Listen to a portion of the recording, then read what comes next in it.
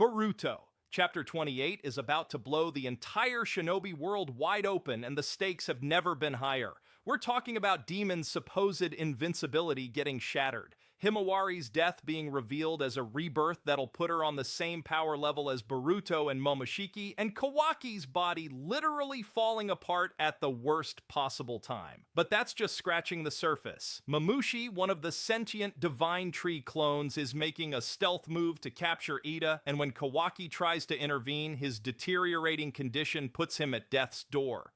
Then there's Eida herself, who might be about to unleash the true offensive potential of her omnipotence ability in a way we've never seen before, possibly erasing someone's mind or consciousness with just a desperate wish. Meanwhile, Jura continues his evolution, showing an understanding of human emotions that makes him way more dangerous than a simple monster.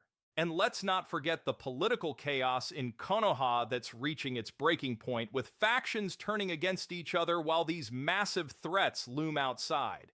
The chapter is setting up what feels like the end of one era and the birth of something completely new. Fans have been theorizing for months about power shifts, secret resurrections, and hidden agendas, and Chapter 28 is delivering on almost all of it. Himawari's supposed death wasn't the tragedy it seemed. It's her transformation into something greater, a rebirth that changes her role in the story from protected little sister to legitimate powerhouse. Daemon, who's been untouchable this entire time because of his reflection ability, is finally going to face a situation where that power doesn't save him, proving that even the most broken abilities have limits. And Kawaki, who's been pushing himself beyond his body's limits trying to protect Konoha and hunt down Boruto, is paying the price in real time. This chapter promises intense battles, emotional devastation, and revelations that redefine what's possible in the Boruto universe. Let's break down what's actually happening in Chapter 28 and why it's such a massive turning point for the series. Starting with Mamushi's stealth attack, this divine tree clone has been quietly observing and learning about human behavior, particularly focusing on Eida as a high-value target. The Shinju have realized that capturing Eida and her reality-warping omnipotence ability would give them an incredible advantage. So Mamushi makes his move, infiltrating quietly rather than charging in with brute force. This shows how much the divine trees have evolved beyond simple monsters. They're thinking strategically, understanding psychology, and exploiting weaknesses in ways that make them genuinely terrifying opponents. Kawaki detects the threat and intervenes to protect Eida, but here's where things get brutal. Fans have noticed throughout recent chapters that Kawaki's body has been breaking down. He's been pushing himself too hard, using Ishiki's power beyond what his modified body can handle, and refusing to rest because he's obsessed with eliminating threats to Konoha. In Chapter 28, that deterioration reaches a critical point. When he confronts Mamushi, Kawaki doesn't have the strength or speed he normally would. His attacks are weaker, his reactions slower, and Mamushi nearly kills him in what should have been a fight Kawaki could win. This is huge because Kawaki has been positioned as one of the strongest characters in Boruto, someone who can go toe-to-toe with Boruto and handle most threats alone. Seeing him weakened and vulnerable shows that his approach of sacrificing everything for power and protection has real consequences. Now let's talk about Eida's power explosion, because this might be the most shocking moment in the chapter. Eida's omnipotence has mostly been shown as a passive reality warping ability. She made everyone believe Kawaki was Naruto's son, and Boruto was the outsider, fundamentally rewriting their memories and relationships. But in Chapter 28, when Mamushi threatens her and Kawaki's about to die protecting her, Eida panics and makes a desperate wish: disappear him. And something terrifying happens. The chapter hints that her omnipotence doesn't just alter memories or relationships, it can directly affect existence itself. Mamushi might not just be teleported away or knocked unconscious. His mind or consciousness could literally be erased, leaving his body as an empty shell. This revelation transforms Eida from someone with a broken defensive ability into someone with potentially the most dangerous offensive power in the entire series. If she can erase people from existence just by wishing it, that puts her in a completely different category of threat. Boruto and Jura's ongoing battle provides another layer of intensity. Boruto's been using guerrilla tactics, staying mobile, exploiting openings, and trying to figure out Jura's weaknesses without committing to a direct confrontation he might lose. But Jura isn't just a powerful enemy, he's becoming more human in how he thinks and feels. He's shown curiosity about emotions, about why humans make the choices they do, about concepts like love and sacrifice. This evolution makes him unpredictable because he's not following programmed behavior anymore.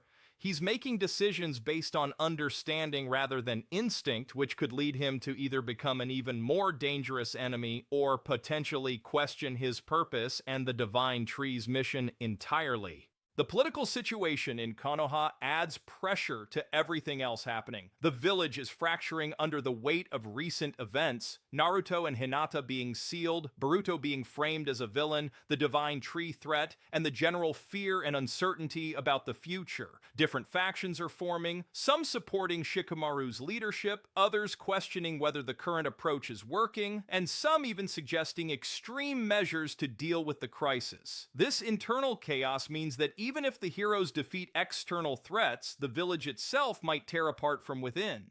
Let's dig into why these revelations matter so much and what they mean for Boruto's future. First major point, Himawari's rebirth completely changes her trajectory in the story. Up until now, Himawari has been the innocent younger sister who needed protection, someone whose Byakugan potential was interesting but not central to the plot. Her supposed death shocked fans because it seemed like a brutal way to motivate Boruto and Kawaki, but Chapter 28 reveals that death was actually a transformation. The details are still emerging, but the theory suggests Himawari's encounter with the Divine Trees or some other factor triggered a rebirth that awakens massive power within her, potentially putting her on par with Boruto's karma-enhanced abilities and Momoshiki's Otsutsuki strength. This is massive for multiple reasons. First, it gives Himawari actual agency in the story, rather than just being someone to protect. Second, it creates interesting family dynamics where all three Uzumaki siblings, Boruto, Kawaki, and Himawari, are now powerhouses operating at similar levels. Third, it represents hope for the future generation. If Himawari can rise to this level, it suggests other young shinobi might also have untapped potential that could be awakened.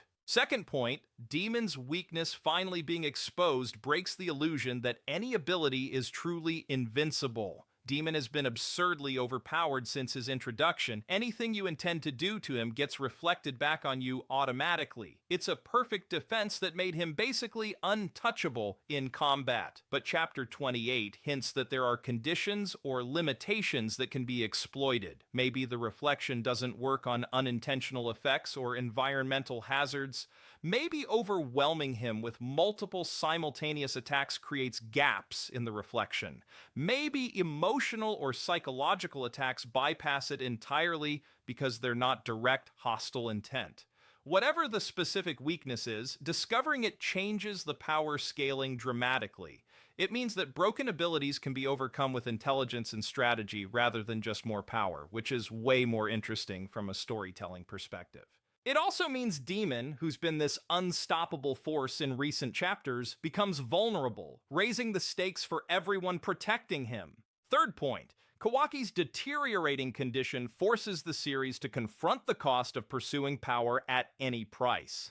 Kawaki's entire arc has been about gaining strength to protect what he loves, even if it means sacrificing his own well-being, relationships, and morality. He's used Ishiki's power recklessly, pushed his modified body beyond its limits, and isolated himself from potential allies in his obsession with eliminating threats. Chapter 28 shows that this approach isn't sustainable. His body is breaking down, leaving him vulnerable at the worst possible time. This creates incredible dramatic tension because Kawaki needs to be strong enough to protect Konoha and Eida from the Divine Tree threat, but his own choices have weakened him to the point where he might fail. It's a tragic irony that fits perfectly with Boruto's themes about the dangers of obsession and the importance of accepting help from others. Fourth point, Eida's omnipotence, revealing its true offensive potential, raises the stakes to absolutely insane levels.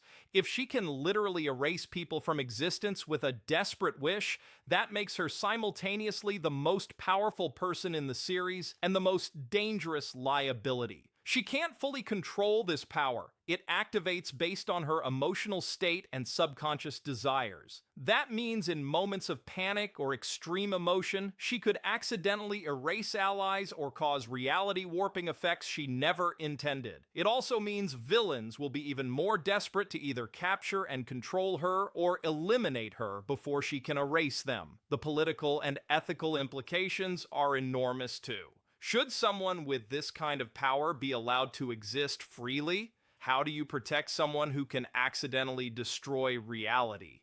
These questions don't have easy answers, and that's what makes this development so compelling. What really has the community buzzing is how all these elements connect to create a perfect storm of chaos and transformation. Kawaki weakened, Eida's power spiraling out of control, Daemon vulnerable, Himawari reborn, Jura evolving, Konoha fracturing politically. Everything is happening at once, and the old order is collapsing. This isn't just another battle arc. This is the series hitting a fundamental turning point where the world that existed at the start of Boruto is ending, and something new is being born from the ashes. So what do you think? Is Himawari's rebirth going to make her a central fighter going forward, or will she still need time to master her new abilities? Can Kawaki recover from his physical deterioration, or has he permanently damaged himself? And what happens if Eida's omnipotence keeps activating unconsciously? Could she accidentally erase someone important like Boruto or Sarada? Chapter 28 is setting up some of the biggest changes Boruto has ever seen. And whether these transformations lead to hope or disaster depends on choices these characters make in the next few chapters.